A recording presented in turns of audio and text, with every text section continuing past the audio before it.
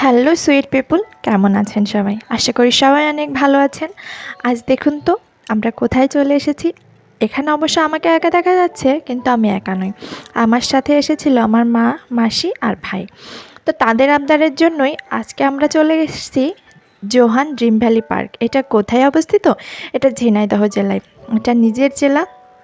এখানে এত সুন্দর প্রাকৃতিক মনোরম পরিবেশের একটি পার্ক বা পিকনিক স্পট, যেটা বলার বাহিরে, দেখতে অসম্ভব সুন্দর। আর আমরা যেদিন গেছিলাম সেদিন অসংখ্য মানুষের সমাগম ঘটেছিল। আর ভেতরের পরিবেশ দেখলে তো আসলেই মন ভরে যায়। আমি যেহেতু গাছ, ফুল, পাতা এগুলো দেখতে বা খুবই পছন্দ করি, সেহেতু এখানে আসলে তো আমার মতো ফুলপ্রেমী বা গাছপ্রেমীদের মন ভালো হয়েই যাবে। পার্কটিতে রয়েছে প্রাকৃতিক পরিবেশ, ন্যাচারাল জিনিসের পাশাপাশি আর্টিফিশিয়াল।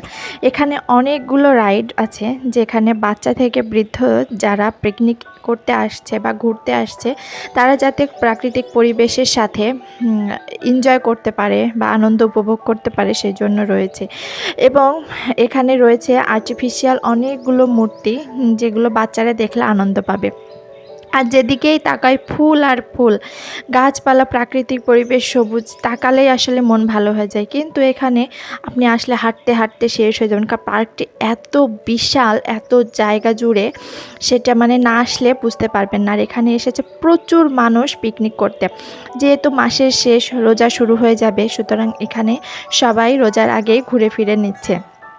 আর এখানে গাড়ি আর গাড়ি। আমরা যখন আসি তখন আসলে দেখছিলাম যে কত মানুষ ফিরে যাচ্ছে, কারণ যারা দূর থেকে এসেছে তাদের তো ফিরতে হবে।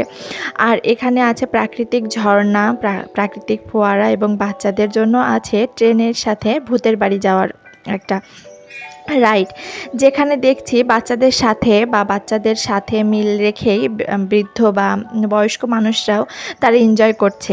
আসলে এনজয় করতে কোনো বয়স লাগে না। এখানে পার্ক, পিকনিক স্পট এত সুন্দর, সেটা বলার বাইরে। নিজ চোখে এসে দেখলেই বুঝতে পারবেন। তো আমরা চারজন ঘুরতে আমরা প্রায় বিকালের দিকে চলে এসেছি। সবাইকে আমন্ত্রণ জানাচ্ছি পার্কে ঘুরে যাওয়ার জন্য।